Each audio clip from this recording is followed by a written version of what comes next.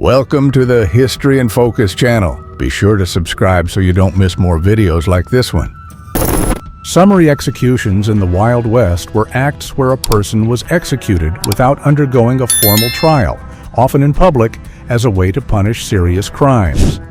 This type of execution occurred in various places where law enforcement was more flexible and, in many cases, justice was carried out quickly and without legal process. When the population or authorities believed that a criminal should be punished quickly, lynchings were a common practice, especially in more isolated regions where local authorities were few and resources were limited. Duels were confrontations between two people who resolved personal or honor disputes with weapons. These events were common in the Wild West, especially in the 19th century, and were seen as a way to restore honor or resolve disagreements quickly and directly. A famous example of a duel was the OK Corral duel, which took place on October 26, 1881, in the town of Tombstone, Arizona. In this duel, the Earp brothers and their aide, Doc Holliday, faced the Clanton and McClory gangs, two groups of gunfighters. The event resulted in 3 deaths and marked one of the most well-known moments in the history of the Wild West. Honor codes were unwritten principles followed by many men in the Wild West. The code stipulated that when challenged to a duel, a man should accept the challenge, as refusing to fight could be seen as a loss of respect or courage. The death penalty in the Wild West was a punishment applied to criminals considered responsible for serious crimes, such as murder, bank robbery, and other violent acts. The most common form of execution was hanging, which was seen as a quick form of justice, with the idea of discouraging other crimes. One of the most frequent forms of punishment was flogging, where the offender was whipped on the back, often in a public square or in a visible area of the town. The number of lashes varied depending on the crime committed, and the victims could suffer serious injuries resulting in permanent scars. Criminals could also be sentenced to forced labor, such as working in mines or cleaning areas, often under extremely harsh conditions. Forced labor served both as a form of punishment and as reparation for the damage caused to society. Bounty rewards were monetary prizes offered by the authorities to anyone who could capture wanted criminals. These rewards emerged as a way to encourage the population to help capture outlaws, who were often difficult to locate due to the lack of police infrastructure. The governor of Missouri offered a reward of $10,000 for the capture of Jesse James, and in 1882 he was killed by one of his own members, Robert Ford, who received the reward. The bounty hunter culture was common in the Wild West, consisting of people hired to capture wanted criminals in exchange for a monetary reward. In many cases, they were seen as mercenaries, willing to use any means necessary to capture their targets. The mask law was a public punishment practice that occurred in some towns in the Wild West. When a man was accused of a crime such as theft or deception, and the community decided that he deserved severe punishment, he was placed under the shame mask. The goal was to publicly shame the accused and mark him as someone who violated the community's norms. One of the most important unwritten laws in the Wild West concerned horses. If a horse was stolen, the crime was considered one of the most serious, as horses were essential for transportation and work in the West. Stealing a horse could result in severe punishment, including hanging. One of the most famous prisons of the Wild West was the Yuma prison in Arizona. It became famous for its location in an arid and isolated desert, and for being a maximum security prison where many criminals and outlaws were held. This prison had a large number of famous fugitives, such as Billy the Kid, who passed through its cells.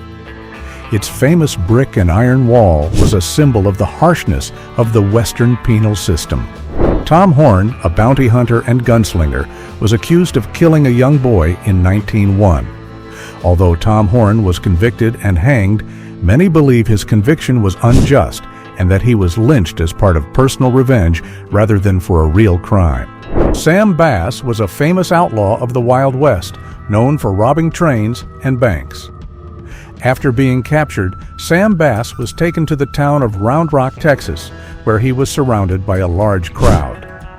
although he was severely injured. A group of enraged civilians decided to take justice into their own hands. During the Wild West, many people were born in remote areas, and there was no formal birth registration system. This led to legal disputes over property, inheritance, and other matters, as the lack of birth records made it difficult to prove identity. Although the presence of women in law enforcement was rare in the Wild West, some women managed to hold positions as police officers. They generally worked in towns that lacked sufficient police force and were known for their courage and ability to deal with criminals. Mattie Silks, for example, was one of the few women who became a figure of authority in a western town, managing a saloon and acting informally in law enforcement. William Tilghman was a bounty hunter and sheriff in the Oklahoma Territory and the state of Kansas. He became famous for his skill in capturing wanted criminals and for being a respected figure in law enforcement. He was also known for his weapon skills and for his strategy in dealing with criminal gangs. In 1890, Tilghman captured members of the Dalton Gang, a famous group of criminals, after several chases. His work as a bounty hunter helped reduce the amount of crime in the area, and he quickly became an important figure in the history of the Wild West. The Montana Vigilantes, formed in 1863, was a group created to combat criminal gangs terrorizing local communities. The Vigilantes were ordinary citizens who banded together to protect their lands and families from bandits.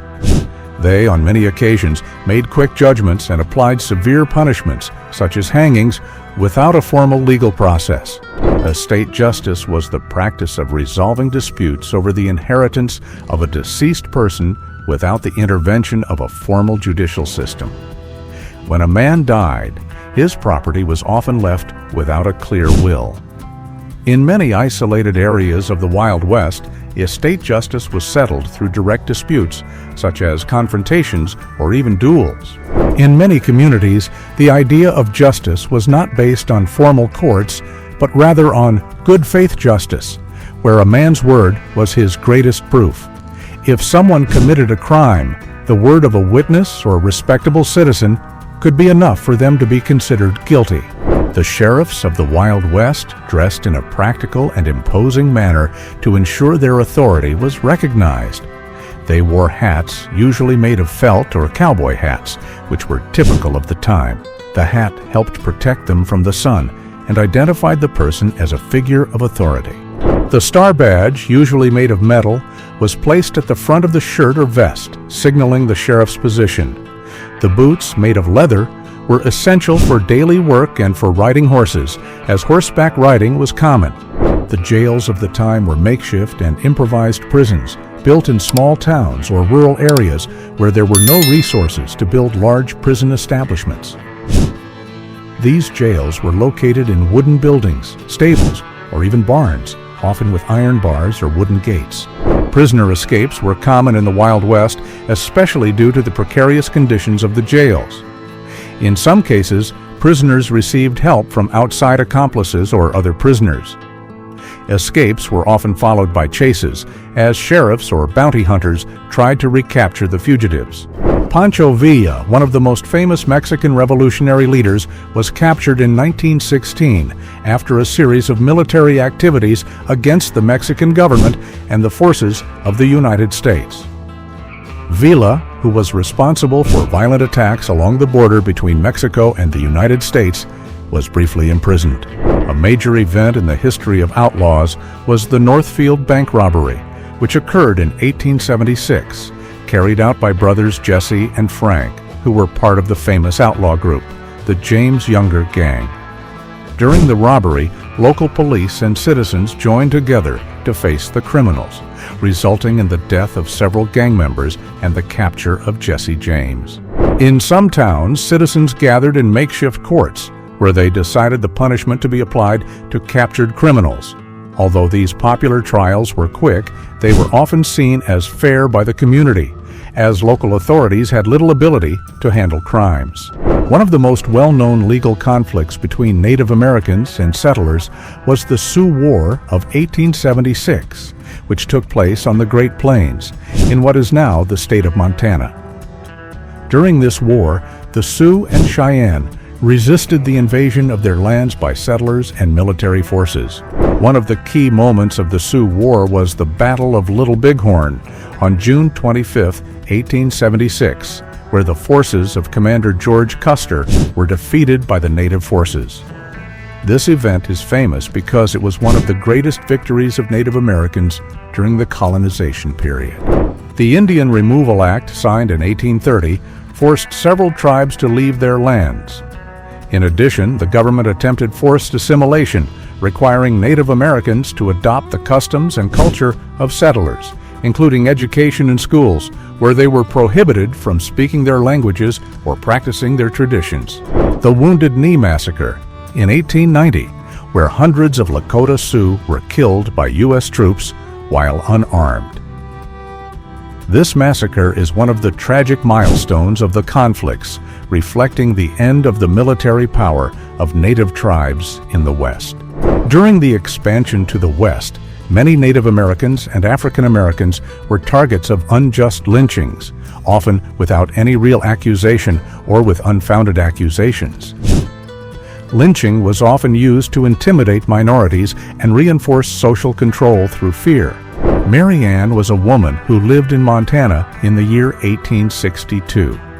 She was accused of killing her daughter, but there was no clear evidence of her guilt. Still, a group of citizens decided to take justice into their own hands. They captured her and lynched her. In 1889 in Wyoming, William Johnson, an African-American man, was accused of killing a white police officer.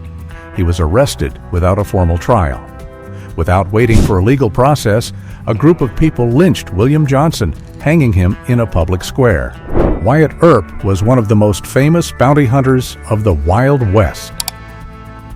He was born in 1848 in the state of Illinois and worked as a lawman, miner, and bounty hunter. Earp became famous for his role in the OK Corral gunfight. In 1881, in New Mexico, Pat Garrett, a bounty hunter and sheriff, became famous for hunting down and killing Billy the Kid, one of the most wanted criminals in the Wild West. Pat Garrett, although praised for capturing and killing Billy, also faced controversies.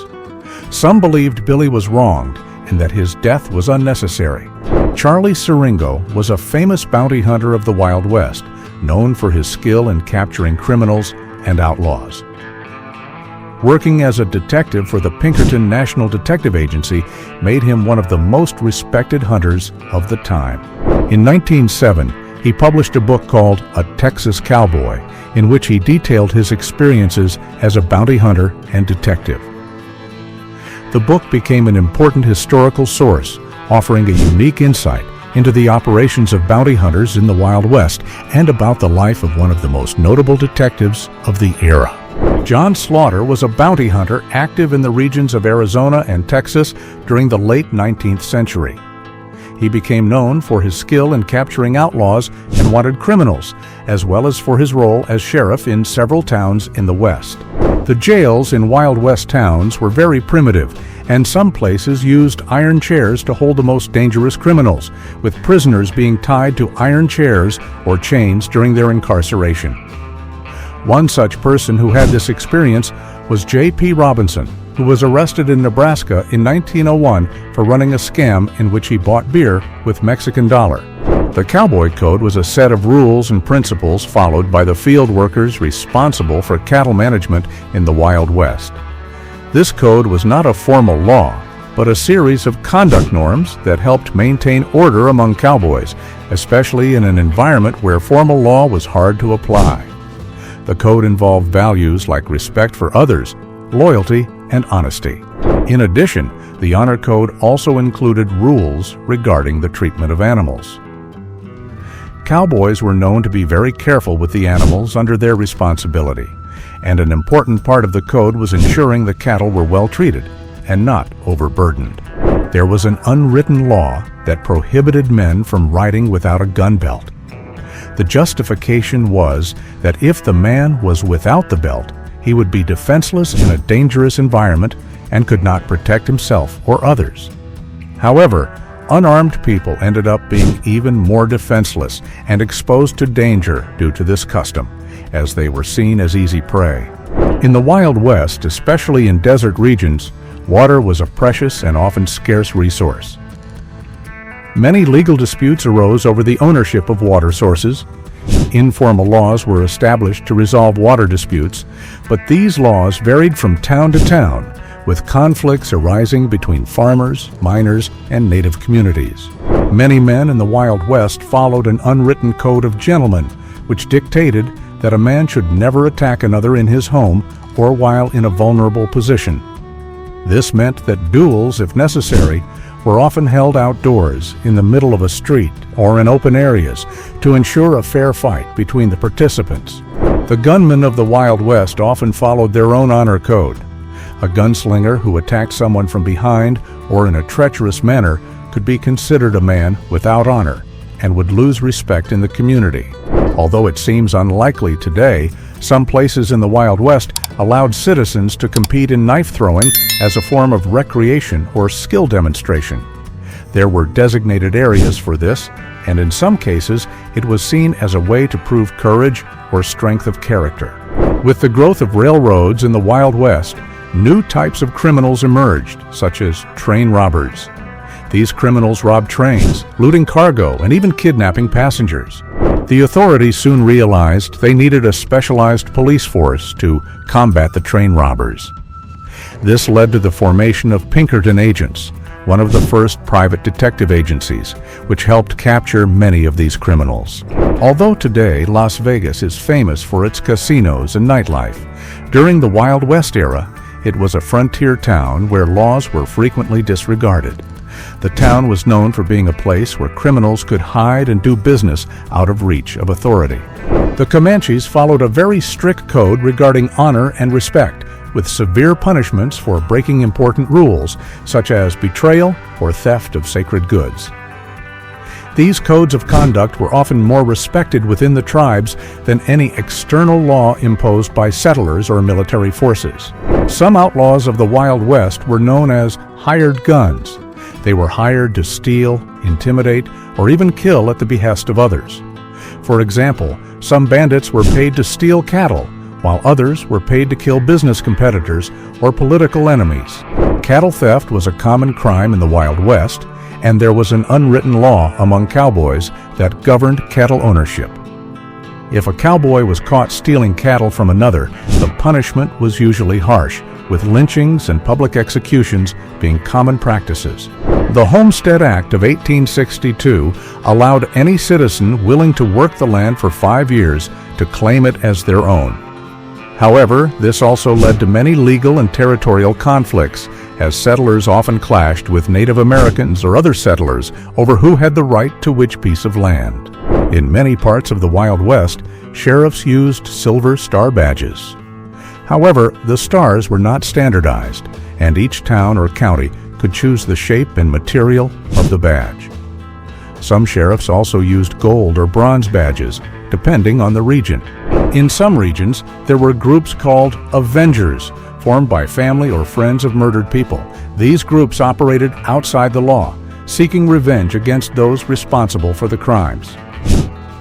Many of these Avengers acted as a sort of informal court, applying their own version of justice. Churches had a great influence in the Wild West and were often centers of moral authority, especially in smaller towns. Pastors and religious leaders were respected, and their opinions on morality and local laws were often followed. Pastors often took part in mediating legal disputes. When a crime occurred in some Wild West towns, especially in remote places, the destruction of evidence was a common practice. In an era without systems for storing evidence or forensic investigation, many criminals were freed or escaped justice due to the lack of concrete evidence. Some Wild West towns imposed gun control laws, prohibiting people from carrying weapons within the town limits. These laws were created to reduce violence in urban areas and ensure the safety of citizens. However, in many towns, these laws were not widely enforced, as outlaws and gunmen could easily bypass them. Dodge City was one of the most famous towns of the Wild West, known for its violence and for using harsh laws, such as the prohibition of carrying guns inside the town. It was home to many famous gunmen, such as Wyatt Earp and Bat Masterson, who worked as sheriffs and helped maintain order. San Quentin Prison is one of the oldest prisons in the United States, founded in 1852. During the Wild West period, San Quentin was a place where many criminals, especially outlaws, were held after being captured. The prison was famous for its location by the San Francisco Bay, making it practically impregnable by water and difficult to escape. Abilene was one of the first cities to become a stopping point for cattle herds during the cattle drives era. Sheriff Wild Bill Hickok was appointed to enforce the law in the town in 1871, and he became famous for his skill with firearms and the way he handled criminals. Deadwood was a famous town during the gold rush in the 1870s and became known for its lack of authority.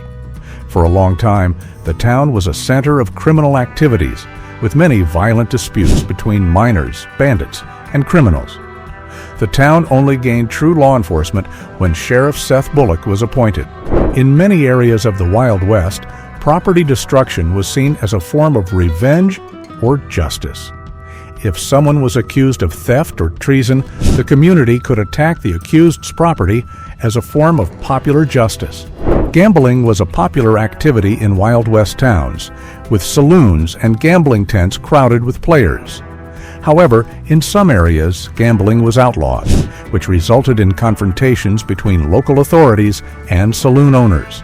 Even with the prohibition, the laws against gambling were often ignored, and games took place in secret, with figures like Wild Bill Hickok becoming a sort of gambling vigilante, ensuring that bets were made fairly. Some towns in the Wild West had a shotgun law, which prohibited the carrying of weapons within certain limits. In many cases, citizens were required to leave their guns at the entrances of towns, especially in busy areas like saloons, where violence was common. In many saloons of the Wild West, there were informal laws that limited the amount of alcoholic drinks that could be served to an individual. These rules were set up to prevent violent fights, which were common when people drank too much. The Antlers Hotel fire, which occurred in 1898, was one of the most tragic disasters in the history of Colorado Springs, in the state of Colorado. The Antlers Hotel was a famous and luxurious hotel in the city, and its fire drew attention to the lack of safety measures in public and private buildings at the time. The Johnson County War was a bloody confrontation between cowboys and large landowners, in which the ranchers tried to enforce their own laws, using an army of mercenaries to combat cattle rustling. They hired bounty hunters and ex-soldiers to form a private army. The Sand Creek Massacre occurred in 1864 when the Colorado militia attacked a camp of Cheyenne and Arapaho natives, resulting in the death of about 200 natives, including women and children. The massacre was one of many instances of violence against Native Americans during the westward expansion process. The 9-month law was an informal rule mainly applied among miners of the West. It dictated that if a woman was pregnant and lived in a Wild West town, the man responsible for the pregnancy had to marry her within 9 months to ensure the child would be legally recognized. Frank James, brother of Jesse James, was one of the most well-known criminals of the Wild West. After years of criminal activity, including bank and train robberies, Frank surrendered to the police in 1882. He was tried and convicted, but in 1883 he was released, and after Jesse's death, he retired from the life of crime. In 1915, Frank James died of natural causes. Pretty Boy Floyd was a famous outlaw who committed a series of bank robberies during the Great Depression. He became a popular figure and was considered a modern Robin Hood, as he reportedly helped the poor during his robberies. In 1934, Floyd was ambushed and killed by Oklahoma police in a coordinated operation. His death was a widely publicized event at the time, reflecting how the law tried to deal with criminals during the Great Depression. The Bear River Massacre occurred in 1863 when U.S. Army forces attacked a Shoshone village in northern Utah. The attack resulted in the death of about 250 to 400 Shoshone natives, including women and children. Black Bart, the infamous bank robber who mainly operated in California, was famous for his ability to escape capture. He was known for his bank robberies, where he used a long-bladed knife to threaten the tellers and make demands. Tombstone is famous for being the site of the OK Corral gunfight, which took place in 1881 between the Earp brothers and the Clanton gang. The Tombstone Jail was a place where many outlaws were imprisoned, including members of gangs and wanted criminals. The Fort Smith Prison was an important location during the Wild West, especially because Judge Isaac Parker, known as the Hanging Judge, presided over many outlaw trials in the region. The prison was a central point for those convicted of serious crimes, such as murders and robberies. Leavenworth Prison, built in 1863, is one of the most famous prisons in the West. Although it became more widely known in the 20th century, during the Wild West, it was already operational and received criminals from various parts of the country. Fort Laramie was an important military base during the Wild West, serving as a support point for settlers traveling westward. In addition to being a strategic point for the United States Army, the fort was essential in negotiating treaties with native tribes. Cheyenne was one of the most important towns in the development of railroads in the Wild West. The town was a center for sheriffs and authorities who worked to reduce the violence associated with the rapid growth of the town and the arrival of new settlers. Pecos was an important town in negotiating cattle-related laws and protecting the interests of ranchers. The town, located on cattle drive routes, was a place where criminals were often captured by local sheriffs, who were responsible for controlling the violence between cowboys and other groups passing through the region. Although not directly related to the Wild West, the Morrill Act had a major impact on expansion westward. It granted lands for the creation of agricultural colleges in several states, encouraging the development of technical and scientific education. The law helped support the colonization of the West and the growth of cities.